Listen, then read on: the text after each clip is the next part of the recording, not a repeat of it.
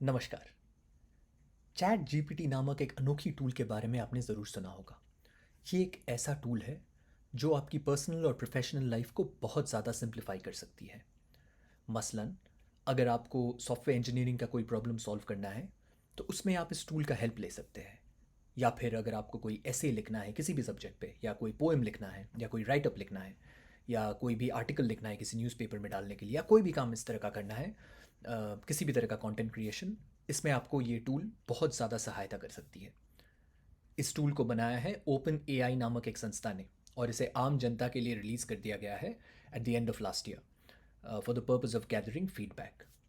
मैं आज आपको एक एग्जाम्पल के ज़रिए बताऊंगा कैसे ये टूल सॉफ्टवेयर डेवलपर्स के लिए ख़ास करके बहुत ज़्यादा महत्वपूर्ण है, बहुत ज़्यादा इम्पॉर्टेंट है।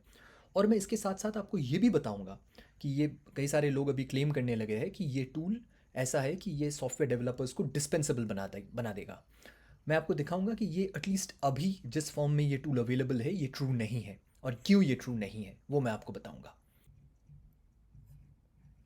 तो चलिए, चैट जीपीटी के ज़रिए हम आज गीक्स फॉर गीक्स के एक प्रॉब्लम को सॉल्व करने की कोशिश करते हैं।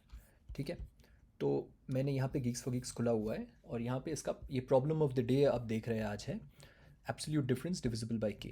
तो पहले तो मैं इसको खोल लेता हूँ, और ये आपका प्रॉब्लम स्टेटमेंट है जो कह रहा है given an array of integers of size n and an integer k, find all the pairs in the array whose absolute difference is divisible by k। तो ये क्वेश्चन तो वैसे सिंपल है।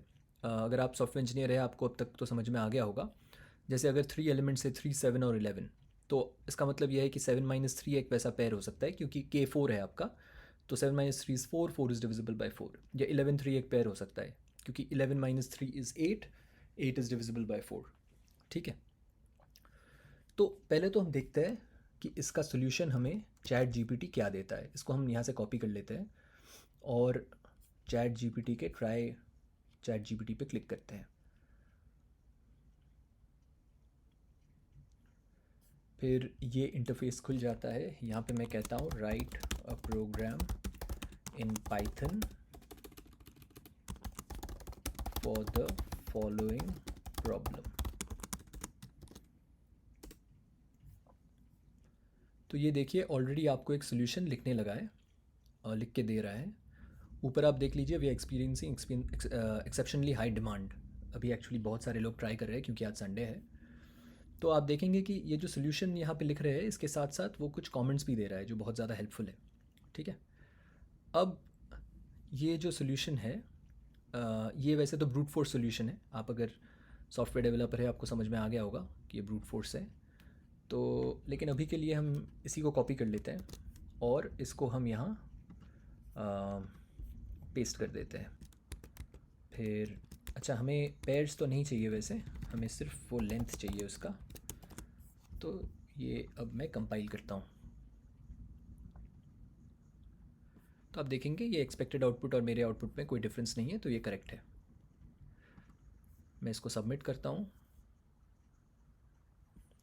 तो टाइम लिमिट एक्सीडेड आ रहा है। ठीक है, तो एक तो ये हो सकता था कि मैं डायरेक्टली जाके बोलूँ चैट जीपीटी से कि टाइम लिमिट एक्सीड हो रहा है, आप इसको ज़्यादा ऑप्टिमाइज़ करो।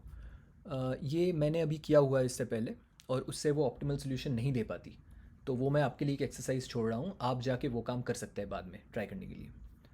लेकिन मैंने अब जो किया वो ये है कि मैंने थोड़ा ख़ुद इस पर अभी सोचा, और मैंने सोचा कि इसका एक्चुअल बेटर सोल्यूशन क्या हो सकता है।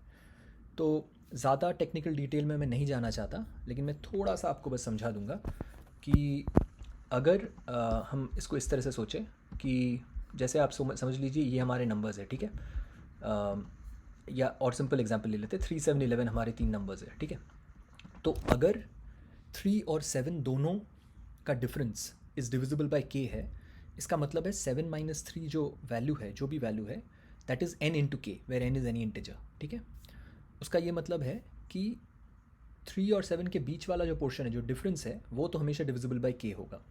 तो 3 को अगर मैं डिवाइड करूँ के से, जो रिमाइंडर आएगा, 7 को भी अगर मैं डिवाइड करूँ सेम रिमाइंडर आएगा। ठीक है, 3 को अगर मैं डिवाइड करूँ 4 से, जो रिमाइंडर आएगा, 7 को अगर मैं डिवाइड करूँ 4 से, सेम रिमाइंडर आएगा। ठीक है, अगर ये कंडीशन ट्रू हुआ तभी हम कह सकते हैं कि ये दो वैल्यूज़ का पेयर जो है इसका डिफरेंस आपको एक के का मल्टीपल मिलेगा, which essentially means that their difference is divisible by के।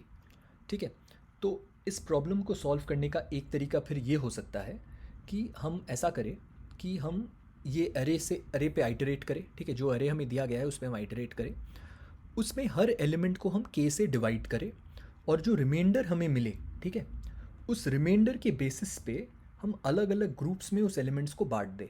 सो फॉर एग्जांपल 3 को अगर मैं 4 से डिवाइड करूं, रिमाइंडर आता है 3, तो इसको मैंने 3 वाले ग्रुप में डाल दिया। 7 को अगर मैं 4 से करूं, फिर से 3 रिमाइंडर आता है, फिर से मैंने 3 ग्रुप में डाल दिया।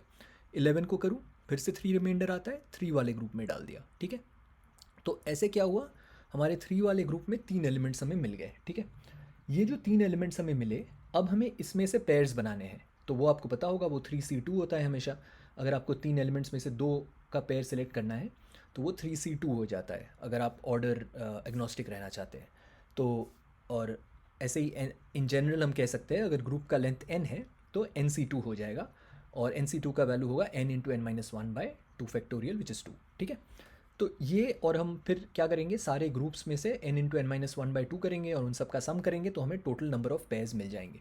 वैसे तो मैं बहुत ज़्यादा अभी इसको इस टेक्निकल सोल्यूशन पे नहीं जाना चाहता, हालांकि अगर आपको जानना होगा मैं अलग एक वीडियो उस पर भी बना सकता हूँ।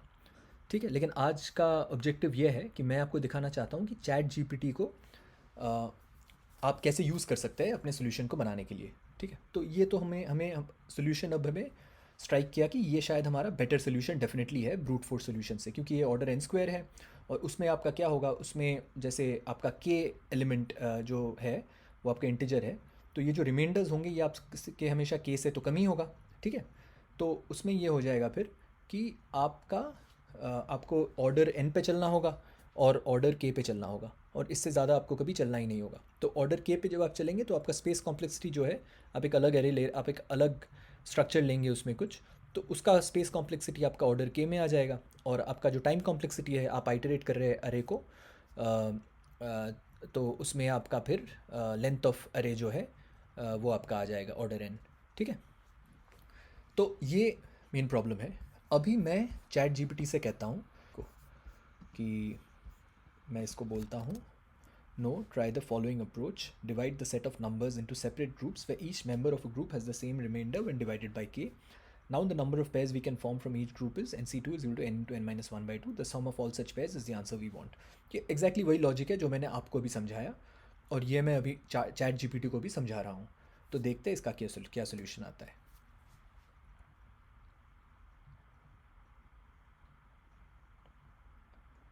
तो अभी आप देख रहे हैं, ये जो भी पाइथन का सिंटैक्स है, या आपको अभी याद रखने की कोई और ज़रूरत नहीं है, क्योंकि चैट जीपीटी जो टूल है वो अपने आप ये काम आपको करके दे रहा है, और आपका ही जो लॉजिक है जो मैंने इंग्लिश में समझा दिया, वही आपको ये टूल उसी में कोड लिख के दे रहा है, which I think is really cool. ठीक है, तो मैं अब इसको कॉपी कर लेता हूँ यहाँ से, और फिर मैं इसको यहाँ पे डाल देता हूँ, और फिर देखते हैं क्या होता है। इट्स फाइन, तो इसको एक बार कंपाइल करता हूँ मैं। सोल्यूशन सही आ रहा है, तो फिर मैं एक बार सबमिट करता हूँ।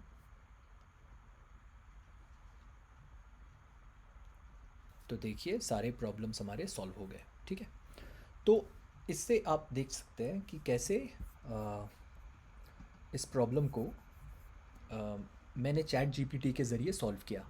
अब हम ये तो नहीं कह सकते कि चैट जीपीटी जो है वो ऑटोमेटिकली इस प्रॉब्लम को सबसे एफिशिएंट तरीके से सॉल्व कर दिया, लेकिन ये ज़रूर है कि मेरा काम बहुत ज़्यादा सिंप्लीफाई ज़रूर हुआ। बहुत सारा कोड मुझे लिखना नहीं पड़ा, मुझे बस जो इम्पोर्टेंट काम है ह्यूमंस के लिए, वो है प्रॉब्लम सॉल्विंग, थिंकिंग, वो हमें करना पड़ा। और जब मैंने प्लेन इंग्लिश में चैट जीपीटी को समझा दिया वो बात कि किस तरह का सोल्यूशन हमें चाहिए, ये मैंने जब इसको लिख के समझा दिया, तो उसने एग्जैक्टली वो चीज़ फॉलो करके एक इम्प्लीमेंटेशन दे दिया, जिससे हमें करेक्ट सोल्यूशन मिल गया। तो ये एक बहुत ही इंटरेस्टिंग चीज़ है, और ऐसा टूल मैंने इससे पहले कभी देखा नहीं था। उम्मीद है आपको ये वीडियो अच्छी लगी। If you want to know more about the applications of ChatGPT, especially in the field of software engineering, feel free to let me know in the comment section, and I will try to make separate videos for those. आप ख़ुद भी इस tool को ज़रूर try करें और आपका क्या अनुभव है वो मुझे ज़रूर बताएं कमेंट सेक्शन में।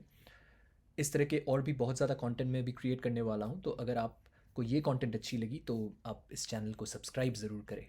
आज के लिए बस इतना ही। धन्यवाद।